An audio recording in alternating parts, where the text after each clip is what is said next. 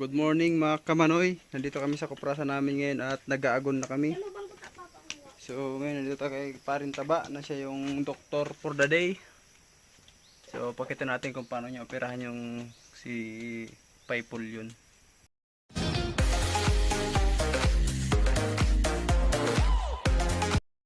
Ano lang gato kadali? Oh, so ayan yung ano niya mga kamanoy oh. Tama talaga yung ano? So ayan na makong. So pinaluwa na. Tingnan natin yung ay matindi pala. So ganyan pala mag-opera ng manok mga kamanoy. Ano? Pwede mong pireton. So Tagas-tagaso naman. ganyan lang kadali. Yung ginawa ni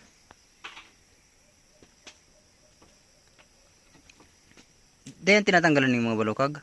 Hindi. So ayan na, operahan ulit. Pusang gala mga kamanoy oh.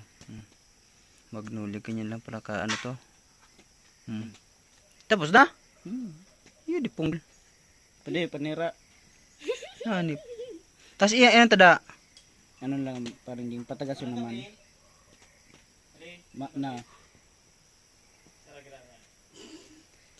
Dumanggit ko si parang yung Ito sarit, ugapat sarit. ano, Pwede man. tiyan. Asukar nga ni, mayo na eh. Di na ba kaming kape? May sukar. Pagkakas naman ni parang yung araw kung magrari ka. So sabi niya mga kamanoy, pag ganyan, natanggal na yung maitim, pili ng bagtulis siya, pili natanggalin ulit. So pakita natin isa. Siya yung doctor for the day. Yan si So sana bumalik na yung leksi niya na sa pagkain. Bulis niya po niya. Maning ano, sipon. Ma, ito binulong niya na. Ay, gwa. Binulong niya na baka yan.